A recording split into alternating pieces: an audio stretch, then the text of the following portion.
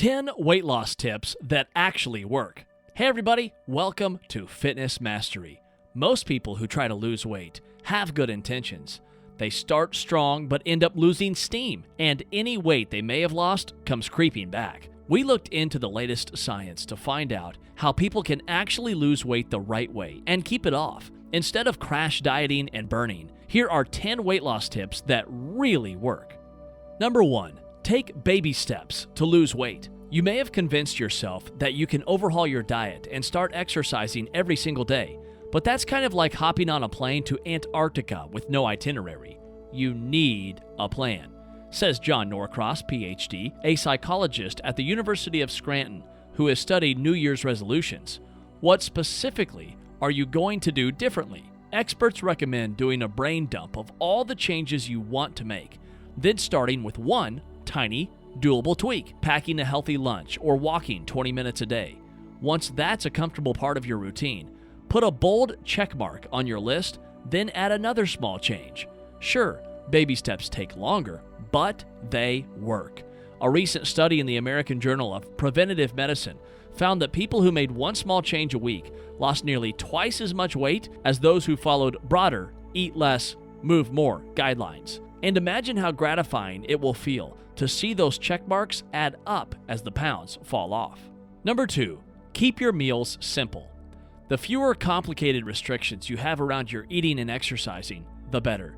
You need to find a plan or style of eating that works for you. When researchers compared women on 2 different diet plans, one that gives dieters a list of foods they could eat and a few easy-to-follow rules, and another, more complicated diet that allowed dieters more food choices, but required them to carefully track all of their eating and exercise, they discovered that those who found the latter plan difficult were the most likely to give up. Complex diets can be burdensome, so opt for one that seems manageable, says study co-author Peter Todd, PhD, a professor of cognitive science and psychology at Indiana University in Bloomington, and director of the IU Food Institute. Everyone has a different tolerance, so the diet that works for your best friend might feel challenging to you. And if you're feeling overwhelmed by a diet, switch to a simpler approach. That's far better than quitting altogether. Number 3, set 2 goal weights. If you have a big long-term goal to lose 20 or more pounds, it can be helpful to celebrate the smaller steps along the way. Let's face it, the prospect of losing 20 pounds or more is daunting. That's why Rachel Beller, MSRDN, author of Eat to Lose, Eat to Win, recommends setting a nearer-term goal weight that's around half of the total amount you want to lose and focusing on that. Having an easier-to-reach goal can help keep you motivated, she says. And when you hit that first milestone, it gives you a chance to celebrate, reevaluate your strategy, and re-up your enthusiasm for the next stage. Number 4, eat your vegetables first. Researchers at the University of Minnesota did a series of studies in which they had participants eat vegetables before they put any other food on their plates. And even the researchers were surprised by what they found. People consumed up to 5 times more veggies than usual, says Tracy Mann, PhD, who led the study. And participants who munched carrots before being offered M&Ms subsequently ate 1/3 less candy than those who were just given the candy first. Why does this trick work? Because when any food is put in front of us, we generally go for it. And the veggies aren't competing with other foods on our plate, which we tend to go for first if given the option. So start with a salad or crudités. And save the bread for the end of the meal. Eating simple carbs first dramatically increases blood sugar, which causes your body to pump out insulin and store the calories as fat, the opposite of what you want if you're trying to lose weight, says obesity expert Luis Aron, MD, a professor of metabolic research at Weill Cornell Medical College. Having some vegetables and protein before simple carbs blunts that unhealthy blood sugar response, he adds. Number 5, comfort food won't actually comfort you. Not long ago, Tracy Mann and her colleagues showed study subjects a sad movie, then allowed some of them to eat their favorite feel-better food, such as brownies, cookies, and ice cream. Others were given a granola bar, while a third group ate nothing at all. When the researchers assessed their subjects' moods afterward, there was no difference among the three groups. In other words, brownies aren't the surefire pick-me-up we think they are. Man's takeaway?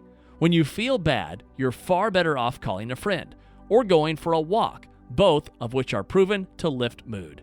These options also have 0 calories. Number 6, make peace with the scale. If the bathroom scale is an instrument of torture to you, it's time to make peace. Studies show that people who successfully lose weight and keep it off long term weigh themselves regularly. Otherwise, you're at risk of mindlessly regaining.